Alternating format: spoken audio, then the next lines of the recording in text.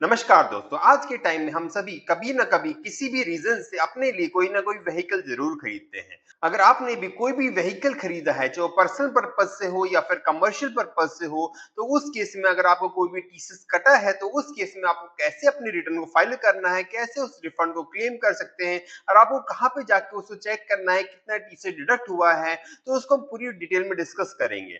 Before starting this video अगर आप channel पर नए हैं तो चैनल को जरूर सब्सक्राइब कर लेना, बेल आइकन क्लिक कर देना। Let's start the video. Income tax return filing के लिए आपको incometax.gov.in की वेबसाइट पे जाना है गाइस। यहाँ पे अगर आप इनकम टैक्स पोर्टल पर रजिस्टर्ड नहीं है तो उस केस में आपको फर्स्ट टाइम रजिस्ट्रेशन करना पड़ेगा। कैसे रजिस्ट्रेशन करना है उस पे मैंने अलग से वीडियो बना रखी है, उसका लिंक मैं डिस्क्रिप्शन बॉक्स में शेयर कर दूंगा, आप जाके देख सकते हैं गाइस। यहाँ लॉग इन करने के बाद आपको ई फाइलिंग वाले ऑप्शन पे जाना है, उसके बाद इनकम टैक्स रिटर्न वाले ऑप्शन में जाना है। File your income tax return पे आप क्लिक करेंगे। जैसे file your income tax return click करेंगे आपको डैशबोर्ड ओपन हो जाएगा। इनकम टैक्स रिटर्न फाइलिंग से पहले आपको अपना एआईएस जरूर चेक करना है। एआईएस कैसे चेक करेंगे? आप यहाँ पे एआईएस का ऑप्शन दिख रहा है, उसमें सिंपल से यहाँ पे प्रोसीड पे क्लिक करेंगे। जैसे आप प्रोसीड पे क्लिक करेंगे आपका एआईएस यहाँ पे ओपन हो जाएगा। तो एआईएस में आपकी सभी इंफॉर्मेशन यहाँ पे विजिबल हो जाएगी, चाहे सैलरी की हो या आपके अदर इनकम हो, तो उन इनकम को भी आपने अपने रिटर्न में दिखाना है। उसके बाद आपने कोई भी व्हीकल परचेज किया है तो व्हीकल की वैल्यू अगर 10 लाख से ज्यादा होती है तो उसके से आपका टीसीएस डिडक्ट हो जाता है, तो उसका जो टीसीएस है उसका भी आप रिफंड क्लेम कर सकते हैं। तो आपको अपना ईएस जरूर डाउनलोड कर लेना। उसके अलावा आपको अपना यहाँ पे 26 ईएस डाउनलोड करना है। 26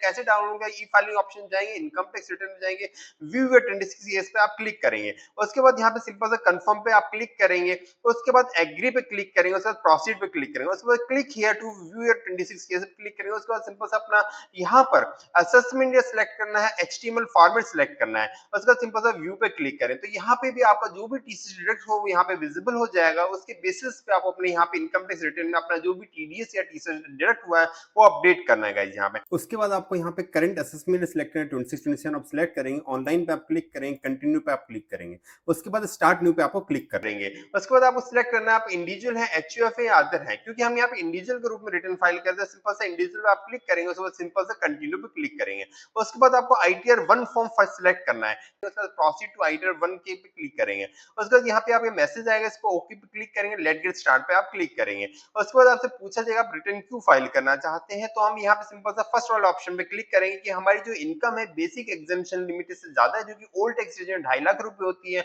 न्यू टैक्स रीजन में 3 लाख रुपए होती है गाइस। यहाँ पे तो अगर आपकी इनकम उससे ज्यादा है तो आप इस ऑप्शन पे जा सकते हैं गाइस। यहाँ पे सिंपल सा या फिर आप अदर पे क्लिक कर सकते हैं गाइस। यहाँ पे उसके बाद सिंपल सा आपके पास ये मैसेज आएगा कि डिपार्टमेंट जो भी इंफॉर्मेशन थी उन्होंने आपकी रिटर्न में ऑटोमेटिकली पॉपुलेट कर दी है, तो उस डेटा को आप जरूर वेरीफाई करना अपने एआई से। अगर उसमें कोई भी करेक्शन करना है उसको करेक्ट करना है, उसके बाद ही अपने रिटर्न को सबमिट करना है। उसके बाद आपको रिटर्न की समरी आ जाएगा। यहाँ पे आपको सभी शेड्यूल्स को वन बाय वन कंफर्म करना है। तो सबसे पहले हम पर्सनल इन्फॉर्मेशन जाएंगे। यहाँ पे आपको नेचर ऑफ एम्प्लॉयमेंट सिलेक्ट करना है। अगर आप कहीं भी वर्किंग है तो उसके central government, state government, public sector, जहां भी आप जिस नेचर का जॉब करते हो उस पर आपको सिंपल से यहाँ पे क्लिक करना है।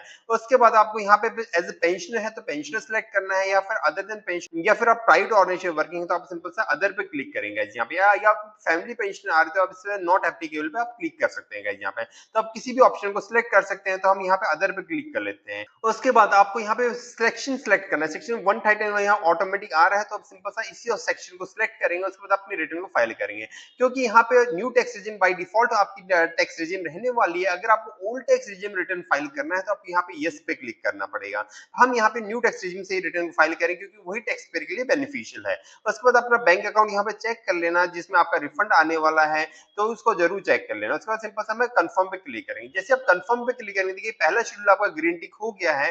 उसके बाद आपको ग्रॉस टोटल इनकम पे आना है। ग्रॉस टोटल इनकम में अगर आपकी कोई भी सैलरी की इनकम है तो आप सैलरी की इनकम यहाँ पे डालेंगे। अगर यहाँ नहीं आ रही तो, अगर आ रही है तो उसको सिंपल सा चेक करेंगे, उसके बाद हम कंफर्म करेंगे। इसी तरह आपकी कोई भी हाउस प्रॉपर्टी की इनकम है तो हाउस प्रॉपर्टी की इनकम को यहाँ पे डालेंगे। फॉर एग्जाम्पल आपकी हाउस रेंटल इनकम थी तो उसके सिंपल से यहाँ पे क्लिक करेंगे। उसके बाद लेट आउट प्रॉपर्टी पे आप क्लिक करेंगे।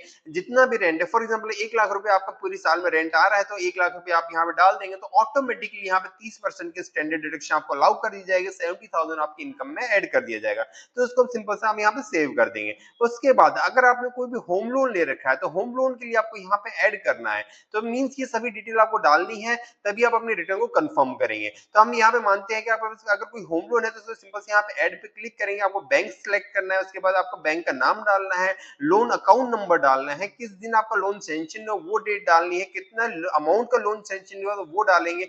आज की डेट है मींस 31 मार्च परचेज का आपने कितना आउटस्टैंडिंग है वो आपको डालना है, और कितना आपने इंटरेस्ट पे किया है पूरी साल में उसको आप डालेंगे। उसके बाद सिंपल सा सेव करेंगे। उसके बाद सिंपल सेव करने के बाद आप सिंपल से यहाँ पे आपकी जो भी डायरेक्शन है आपको यहाँ विजिबल होने लग जाएगी। उसके अलावा अगर आपकी इनकम फ्रॉम अदर सोर्सेज कोई भी इनकम आ रही है आपकी एआई में, तो उसको भी आप जरूर चेक कर लेना। अगर उसमें कोई भी करेक्शन करना है सिंपल से उसको क्लिक करेंगे, उसको एडिट करेंगे गाइस। यहाँ पे अगर कोई करेक्शन रिक्वायर्ड नहीं है सिंपल से यहाँ पे नीचे आके कंफर्म करेंगे। जैसे आप ग्रॉस टोटल इनकम पे कंफर्म करेंगे उसके बाद अदर डिडक्शंस में आना है। अदर डिडक्शन में जो भी आपकी डिटेल्स आपको कोई डिडक्शन अलाउ हो रही है तो उसको चेक कर लेंगे। उसमें कोई भी करेक्शन करना आप करेक्शन करेंगे, नहीं तो सिंपल से इसको कंफर्म करेंगे।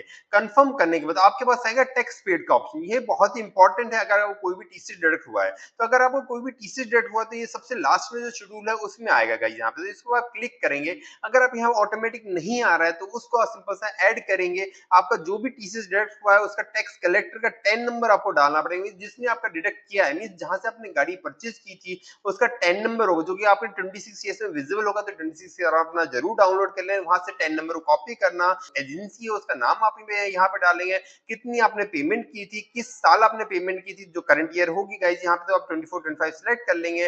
कितना टैक्स उन्होंने कलेक्ट किया था, तो अगर आप कितना क्रेडिट क्लेम करना चाहते हो उसको यहाँ पे डालने के बाद आप सिंपल से यहाँ पे सेव कर देंगे गाइस। यहाँ पे इसी तरह वो कोई भी टीडीएस डिडक्ट हो या टीसीएस डिडक्ट हो, जो सैलरी इनकम हो या अदर देन सैलरी हो, तो इन सब चीज को आपको यहाँ पे वन बाय वन चेक करना है।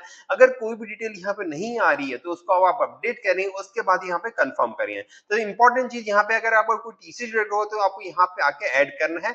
उसका सिंपल सा यहाँ पे कंफर्म कर देंगे गाइस। यहाँ पे कंफर्म करने के बाद आपको यहाँ पे वेरीफाई योर लाइबिलिटी पे आप क्लिक करेंगे तो जो भी आपकी डिटेल है उसको वेरीफाई कर लेंगे। उसके बाद यहाँ पे इसको भी हम कंफर्म कर देंगे। तो इन सभी शेड्यूल्स को वन बाय वन कंफर्म करने के बाद आपको सिंपल से अपने आधार ओटीपी के बेसिस से अपने रिटर्न को वेरीफाई करना है और उसे सबमिट कर देना है यहाँ पे। तो इसके बेसिस पे जो भी आपका टीसीएस का जो भी रिफंड बन रहा है वो टीसीएस का रिफंड आपको मिल जाएगा। तो आज की वीडियो में डिस्कस किया कि अगर आपको कोई भी व्हीकल परचेज पे कोई भी टीसीएस डिडक्ट हुआ तो उस केस में आप कैसे आईटीआर वन फाइल कर सकते हैं। तो अपना आईटीआर फॉर्म प्रॉपर्ली सिलेक्ट करना है। अगर आपको कहीं डाउट है कि कौन सा आईटीआर फॉर्म आपको फाइल करना चाहिए तो उस पे मैंने अलग से वीडियो बना रखी है, उसका लिंक मैं भी डिस्क्रिप्शन बॉक्स में शेयर कर दूंगा यहाँ पे।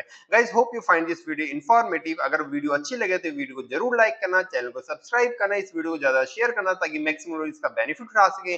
अपनी रिटर्न को टैक्स एक्सपर्ट के थ्रू फाइल कराने के लिए स्क्रीन पर दिए नंबर पर आप कांटेक्ट कर सकते हैं। Thank you friend.